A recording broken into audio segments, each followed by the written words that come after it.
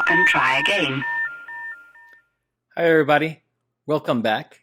Today we're going to talk about several things in this episode. The very first thing is about methods. I know there's a couple other videos and a couple other lessons that we already discussed methods, but the reason why we're doing methods today is because there's one main application that I would like to solve using methods, particularly a math problem. I have received a couple emails and notifications about this thing in computer science is very hard because I don't understand this math. And I understand the sentiment, to be honest. The reason why I'm giving to you this kind of problems, and I promise you I'm not going to elaborate too much in the math later on, but I just want to discuss and to understand this concept of math and computer science. Computer science is being created by mathematicians, of course, but back in the day we didn't have the power of computers, and now we have computers, and now we have all this mathematical rigor that we've been doing for many years. So I just want you to recognize that there's a lot of math involved in computer science. It really depends how deep you want to go into the rigor of math or computer science. Yes, you will have to take a couple courses in computer science that requires math. For example, calculus 2, maybe linear algebra or matrix algebra, numerical analysis, probability and statistics. And the reason why is because there's a lot of applications that require rigor in math. That's why they go hand by hand, math and computer science. I like to incorporate math concepts in computer science, but I promise you not to do too much now. But the reason why I'm making this video is because the emails that I have received, some of you get very intimidated by something like this. This is called sigma. And the sigma only means a summation of things. In other words, in terms of computer science, this is an accumulator. Okay, so the accumulator, the only thing that is doing is using an accumulation, an addition of certain values that you want to incorporate. Obviously, is widely used, for example, when we use loops. Any kind of loops or any kind of iteration that you go from one point to another point, that's where we need the sigma. This part here that you can see here in the bottom, that means that is the part that we start doing the counting, that we start to access the information. And the one on the top, that means the limit. That means that the maximum value that we're gonna reach. So every time you see this sigma or this value, this weird E, it's not an E, it's a sigma, right? It means that you have to do an addition, an accumulation of values. You're gonna see this a lot in your life. There's another one called the product. There is the similar as the accumulation for the sum, but this one is with the product. So I just want you to let you know about these situations that you might happen, or you might find it in your classes of math, maybe in other courses in computer science. The reason is because they go hand by hand. And there's main reason is because we're gonna do problem solving. You need variables, you need accumulators, you need mathematical rigor in order to make sure everything is actually accurate. So that is the reason why I incorporate some of these problems in the class. Not all of the problems that I will incorporate relies in mathematics or gonna be math base, but I just want to sprinkle a couple of them during the courses because I think it's worth it to know these concepts, especially because if you're in the pathway in computer science, you will have to take courses that relates these other concepts. So let's take a look at this particular problem, which includes infinite series or conversion series. In particular, one that basically we want to approximate a function. Notice that the function might look a little bit intense or extensively, but eventually we're going to write a program that basically computes the entire solution of this. It's very important that you pay attention that there is a way to break the main problem into sub pieces, one that relates with factorial, what relates with exponentials, or a power that raised to an exponential. So the reason why we want to use this particular problem in this lesson is because we want to use this concept of divide and conquer, also known as methods. So let's take a look at this particular problem, and then we're gonna discuss these items later on. Hi everybody, So today we're going to talk about methods, and one of the particular ideas behind this lesson is the incorporation of a mathematical problem, what we're going to involve infinite series or conversion series. So we're going to use method and loops in order to explain this mathematical problem, and then we're going to try to program this and finally decompose it using methods. Let's go ahead and describe the problem.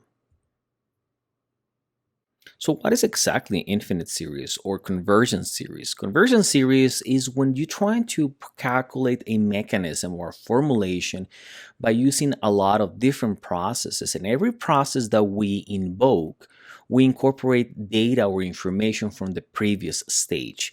So I know it sounds a little bit complicated, but in reality is basically how you use these functions to predict information, predict the weather, predict how is the stock market going to behave in maybe 2 or 3 days or 2 or 3 weeks.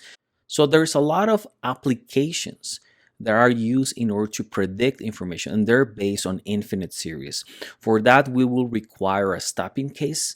So that means that we need to continue working on elements or in the series until certain stopping case, until we reach to a one specific value.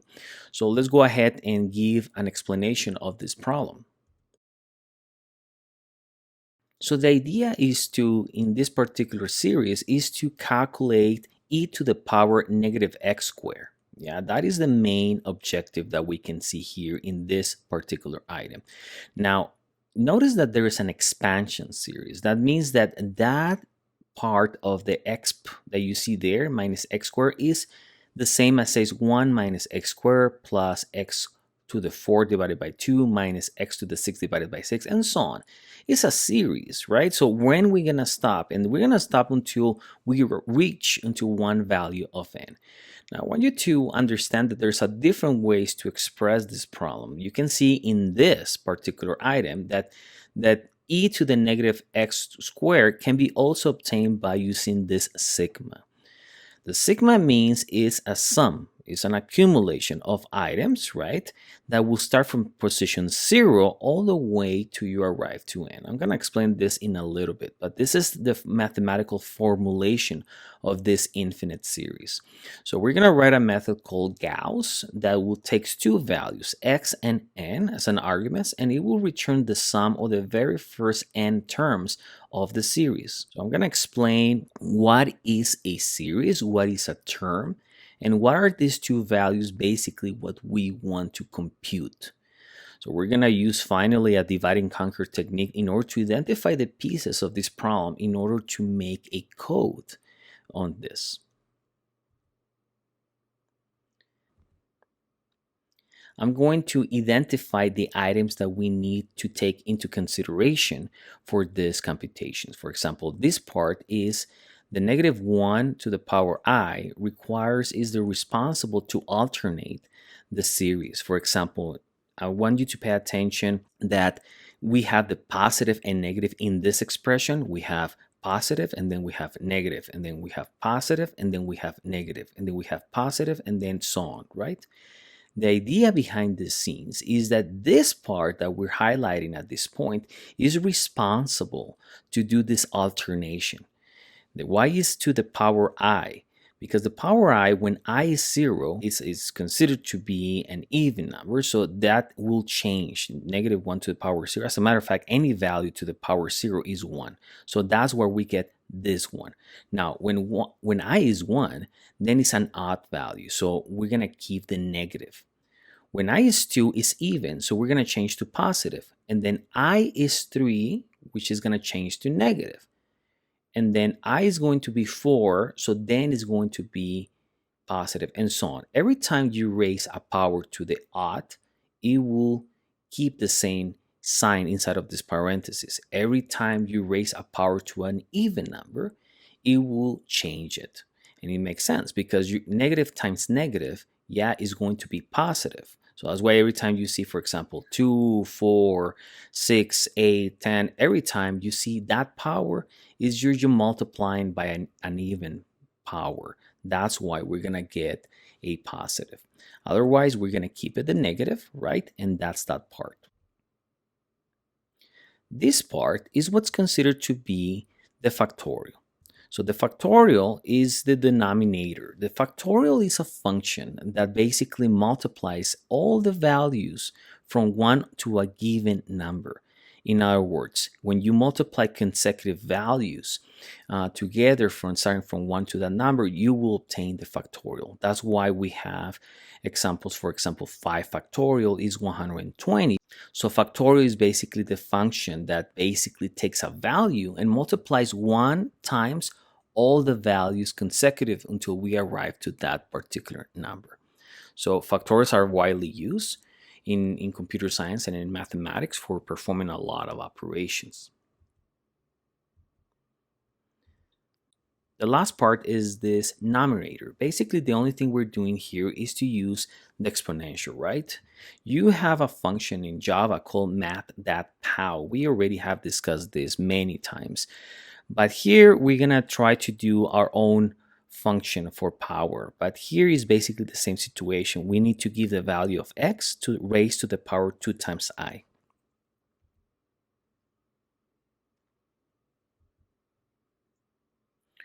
We're going to start with a given example. For example, we're going to request the user to give us two values, the value of x and the value of n. When we want to have the value of x, remember that we want to get exponents or e to the power x, negative x to the square, right? That is the value that we want to calculate. That's where we're giving what is x. So x will be given. Now, the second value is n. N will be the stopping case. N will be the total number of iterations that we're going to perform. Let me just expand this idea into this formula. Remember that this is the formula that we talked a couple minutes ago. In reality, we want to basically calculate e to the power negative x squared. The way we're going to do is by expanding this series, I equals to 0 to n. Now, remember that this sigma means the accumulation. In other words, when we substitute the value of x that is given to us, basically we just put the value of 5 every time you see x. Well, it's not too many places. It's just the value that we're putting here in the denominator. That's fine. Fair enough. So notice that sigma that is right here change the value of n now by the value of 7. So the only thing that we're missing is that to substitute that value of I. Now I notice that here is I equals to 0. That means that we're going to start computing the values from 0 all the way to 7. So let me just expand this part. Please pay attention what I'm going to do right now. This part that I just did, ladies and gentlemen, is only the expansion of this thing called sigma. Notice that I start from I at position 0 all the way to 7. The best way to identify this part is by looking at the denominator of this fraction. Notice that it's 0 and then 1, 2, 3, 4, 5, 6, 7. And then we have the exclamation mark because that is ruled by this expression called sigma. The sigma is an addition, as I already mentioned in the past. That's why I'm adding that term. So the only thing that I change is basically adding that same term, this term, into just a lot of terms, 7 terms to be honest. Well, 7 plus the 0, so there's a total of 8 values. So here, every time you see I, you put the value of I0, then 1, then 2, then 3, then 4, then 5, 6, and then 7. X doesn't change. X is given to us by 5, so we put the 5 value there. Now, let's just try to do some computations here. The very first thing that I'm going to do is basically doing the denominators, the factorial, right? So 0 factorial means 1.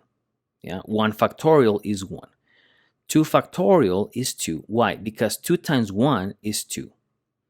3 factorial is 6. Why? Because 3 times 2 is 6, times 1 is 6. So that's where we get the 6.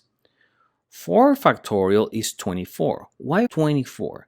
Because 4 times 3 is 12. 12 times 2 is 24. 24 times 1 is 24. And that's it. 5 factorial is 120. Why? Because 5 times 4 is 20.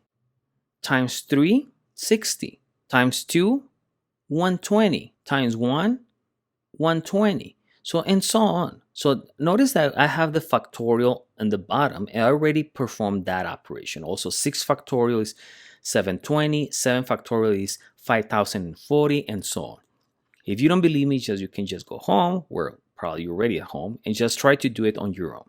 Now, let's pay attention about the next expansion of this. The next thing is the following. So the next step is only raising the 5 to the square, right? That is no problem. We're just going to keep the 25 because 5 times 25 is 25. So we're going to leave it at that. We're going to respect the negative because the negative part is still multiplying by that internal value. So we're going to leave it as it is. Now the next step is basically to raise to the power I. Notice that every value raised to the power 0 is 1. That's why we have 25 to the power 0 is going to be 1. Now the second term is negative 25 to the power 1. That means what? That means that it's an odd value. So we're going to respect the negative 25. The other term is quadratic. 25 times 25 is 625. So we're going to keep the value of 625 and so on. So we're going to continue just raising that power, and respecting those values, the signs. And after we make these calculations, notice that the remaining part that we are expecting is the division of those fractions. So 1 divided by 1 is 1, 25 divided by 1 is 25. Since we're taking the negative part, we have negative 25 plus 312.5, negative 2604.666, and so on. So it's alternating. Finally, we got the result, which is this big number that we have. It's an approximation of e to the power negative x squared. So this is the computation by using this expansion of this series. So let's identify a couple items here. So the exponential function that we got there when we have the base to the power I, or when we did that in order to alternate the sign, like for negative 1 to the power I, or we have the denominator x to the power 2i, involves this mathematical operation called power, right, or exponential. So you need two values. You need the base and you need the power n. So when n is a positive integer, the exponential corresponds to the repeated multiplication of that particular base. So b to the power n is just the product of multiplying n bases. So n to the power n, that means that b times b times b times b times b n times. So let's just brainstorm about how can we program this thing. So when you have this repetition, right, notice that there is a repetition of the base. So we require a couple of things. For example, we need an accumulator in order to keep the product that is accumulated. A loop to iterate from I to n. Why I to n? Because it's the same situation. We need to go from 1 all the way to n. Why not 0? Because remember, we're doing the multiplication. So the only number that does not affect the multiplication is number 1. The only number that does not affect the addition is the number 0. And finally, we need an accumulator of the product for b each time. How can we translate this into code? So notice that the accumulator should be in integers, that we're going to initialize it to 1. Again, why 1? Because the number 1 does not affect the product. We need a loop to iterate. Usually it looks like this. We're going to start position 1 as long as I is less than or equal to n. And we're going to go 1 by 1. The accumulator is basically the accumulation of the product of all the values of b. And that's it. So the factorial of a number n is the product of all the positive integers that are less than or equal to that value n. We already gave an example in the previous slide. When we see n exclamation mark, that means the factorial. That means that n times n minus 1 times ... times 1. So 1 is the stopping case, right? So we're going to go in reverse order. So 5 factorial is 5 times 4 times 3 times 2 times 1, which is 120. And in order to do this, very similar as the other task, is that we need an accumulator that will store the product of the factorial, a loop, which is a control variable from I to iterate from n to all the way to 1. An accumulator that basically keeps the product of all the values multiplied by I every time. How can we see this in code? Very similar. We're going to see it exactly as we did it in the other examples. We need an accumulator that we're going to start at 1, is an integer. We need a loop that starts at n all the way to 0, and we're going to decrease it this time. I have seen other factorials that you start at position 1 all the way to n, but I wanted to keep the consistency of this for loop and in terms of this expression that we just saw here. And the last task is basically what we want to compute everything together. That's why given two values, the value of x and the value of n, we need to write a series, right, that are bound by the value of n. So the task is to use this ith term of the series in a program. Again, we need a loop that's going to start from position 0 all the way to n. And for all the process, we need to substitute the value for I and x. X is easy because we only have it in place. But here, for example, we have the factorial and other items that might be involved. For that, we need to calculate each of those steps in the code. So let's go ahead and write the program of this infinite series. In particular, there's a file called gauss.java that will include all of this process that we're going to solve.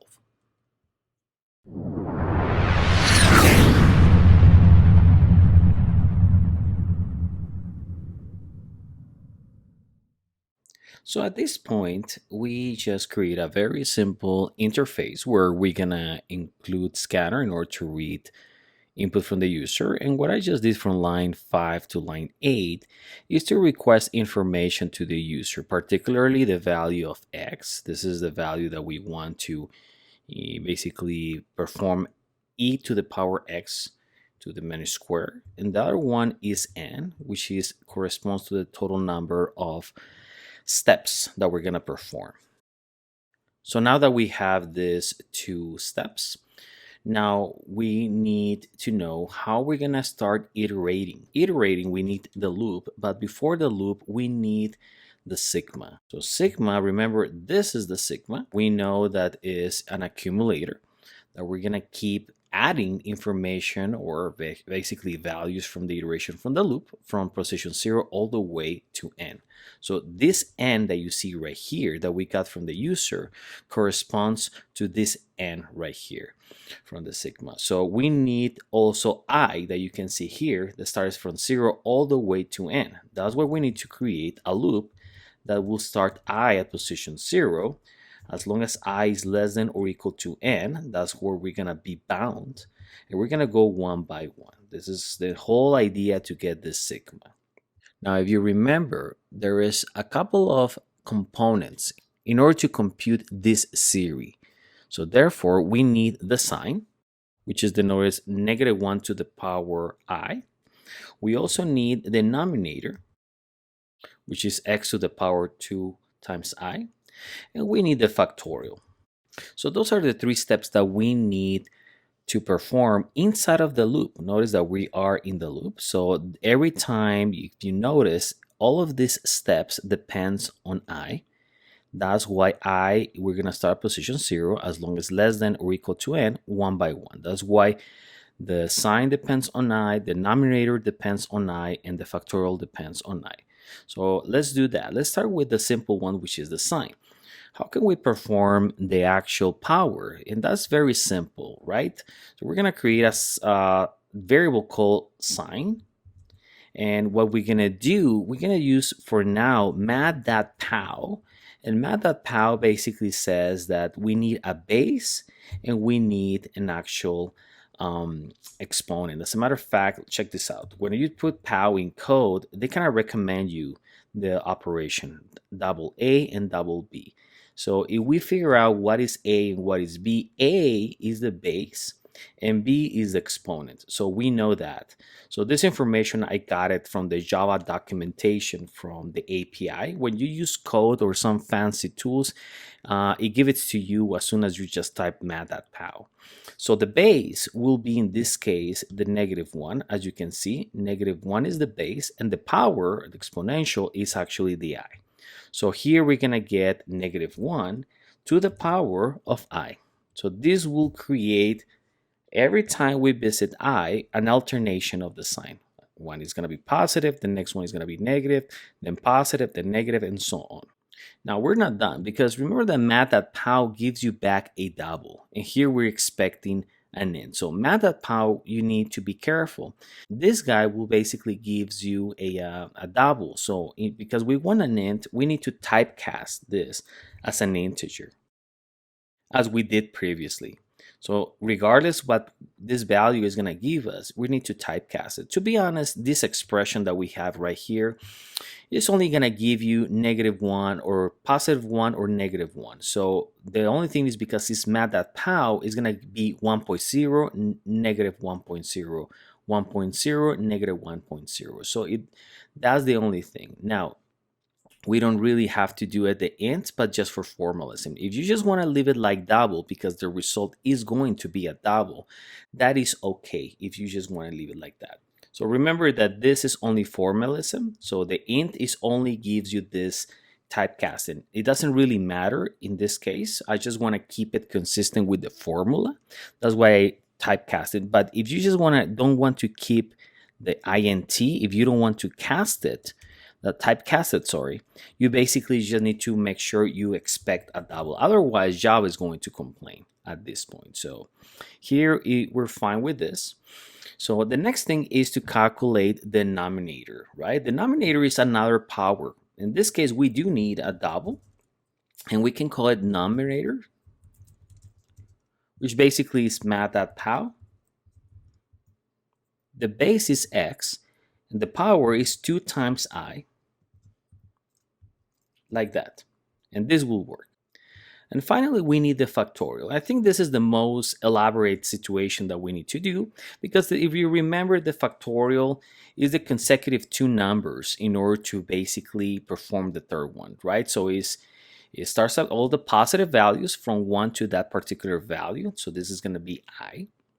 So basically is I times I minus 1 times I minus 2 all the way to 1. So here, because I'm going to use this formalism that you can show here in this right hand side. In order to do that thing, I just need to create another variable, for example, int j. Why is j instead? Because we already have 2 variables. We already have the variable of I that we're using it right here, and we already have the value of n that sometimes we use. So we need to use a different variable. In this case, j. So at the very beginning is going to be I. Why I? Because that is how we actually start doing the factorial, I factorial, right? So we're going to start position I or value I. As long as j is greater than or equal to 1, what we're going to do, we're going to do 1 less time all the time, j minus minus. There is another way to do this. For now, we're just going to keep it like that. I'm going to elaborate that a little bit more because this is the formalism that we're looking right here. Yeah, n times n minus 1 times n minus 2 all the way to 1. Because this is, notice that here we start at position n, and then we go all the way to position 1. So that's why we use this for loop. Now, we need, before that, I completely forgot, we need a variable called factorial that we're going to initialize it to 1. Why 1? Because remember, the factorial is the product.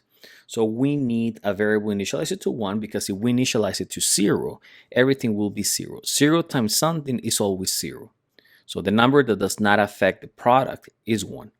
So we need to use here, as long as the factorial, we're going to use the shortcut times equal j.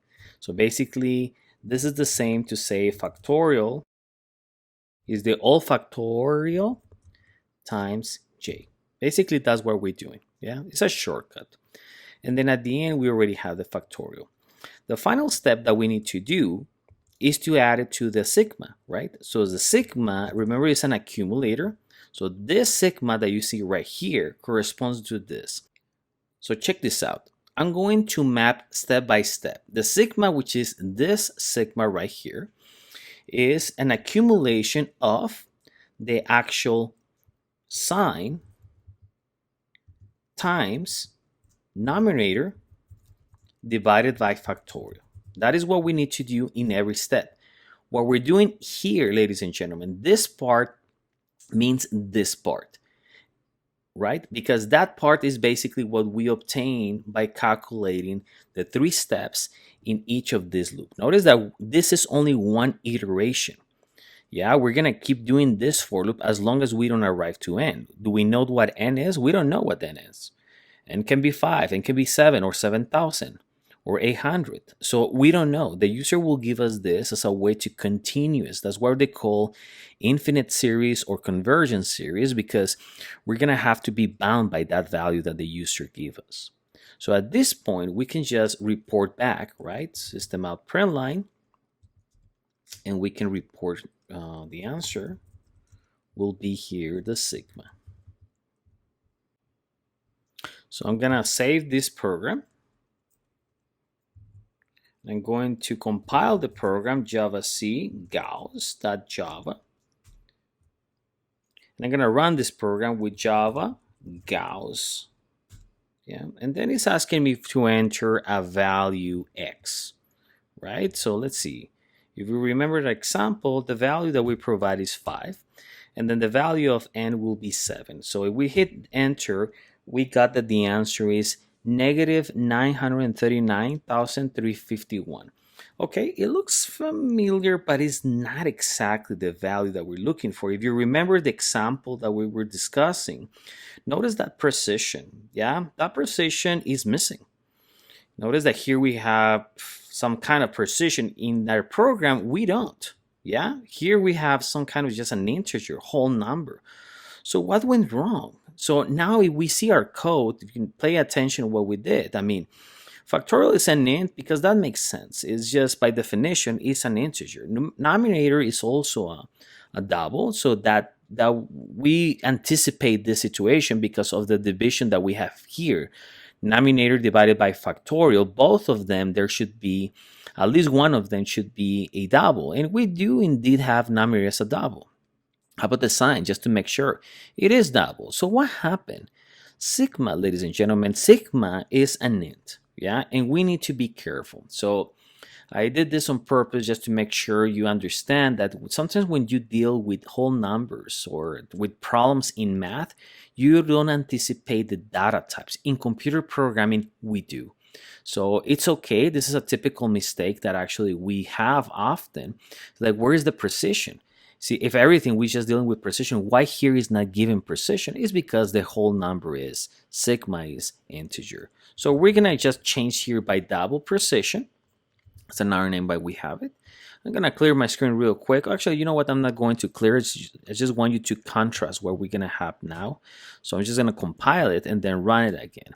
The same with x equals to 5 and n equals to 7. So notice here, now we have the actual precision. On top here, we have the whole number without precision. Here we have a lot of precision here. So here you can see the contrast. And in this, if you remember, now this matches very closely to what we got in our example we did analytically speaking in the slides. Okay, so this looks nice. This works perfectly fine without any problem. The only problem here is that everything is very dependent on the main. Yeah, so here we have in our program, we're anticipating some kind of sigma as I expect, and we have the for loop. I mean, it's fine. But again, I think one of the descriptions of the problem is don't use the math.pow and don't use the actual factorial from some libraries. Here we're using a library from math.pow. Let's use this as an excuse to break this whole program into methods. Okay, methods that we're defining. I know math.pow is a method that belongs to the math library. Yeah, I know that. So we're going to try to stay away a little bit from here, only to practice. Now, the methods, they belong outside of the main. Outside. So what we're going to do here, notice that this line that I'm having here on line 23, yeah, this is the scope of the main. Many of the editors, as long as you stay there, they actually give you a highlight where it closes or where it opens. For example, here, not so sure if you can see, it highlights the main here. It's going to give you like a square in the curly brackets. That shows you the scope of that. Now, outside of the main, outside, here is when you need to declare the actual or define the actual methods. So we're going to start with the public static. Here we're going to have return a double, and we can say here power. Yeah. Again, we need a base and we need an exponent. So how does this method look like? Check this out. If we claim we're going to give back a double, we need a double. Yeah. And here we can say power. Yeah. At the very beginning is 1. And this is a practice. It's a good practice, ladies and gentlemen. As soon as you declare a variable and you're anticipated to return a double, you need to return it immediately. This is just to make sure your program works just fine. Make that habit, because many students, they just gave me this and they don't have the full credit, yeah, of the entire quiz or the entire assignment. But if you give me this, that means that you understand what to anticipate, what to return. Now the rest, it's another thing, right? So here in the power, we need to do something similar to what we did for the factorial. We need a for loop that looks like this. We just need a local variable that's basically help us to iterate as long as I is less than the value e, because that's the number of times we're going to multiply. We're just going to have I plus plus. Notice that we don't really need the control variable, the value of I. We just need it as a counter, because if you remember, this is the definition of power: to multiply many times the base, right? How many times? E. So power is basically, this is a shortcut, the multiplication of b e times. Yeah. Why e times? Because we're bound by e. So this expression that we just have here basically represents this expression in mathematics. So we just create one method called power. So why do we need that, professor? We need it because now we can call power right here. Instead of math.pow, we can just call power, and here we can just call power. Yeah, we have two methods invocations. This is called method call or method invocations of power. The next thing is to do the factorial. We can actually simplify the factorial by creating another method. So the another method will look like this: public static int factorial takes a value of n as a parameter. Yeah, and I'm just going to take advantage of this thing because we already have this whole thing. Yeah, we already spent some time doing the factorial. So I'm just going to migrate. I'm going to steal this program. Okay, I'm not going to steal. I'm going to borrow it. And it's just going to copy and paste it right here. And the only thing that we just need to do is to return the value of factorial. Okay, so little things that we have to do here. Yeah, here we have n. You can put here I, and this will work, right? It will work just fine because the only thing that I just migrated. So some students, they say, can we change this variable name? Absolutely, you can. As a matter of fact, this is a different scope, as you probably remember. In scopes, they have a different context. The variables, they behave locally. That means that whatever happens in this method stays in this method. The only thing that you're going to return back is just basically this value. And we need to anticipate it somehow here. So there's a couple of ways we can do this. We can create a variable here called int factorial that comes from factorial. We provide I.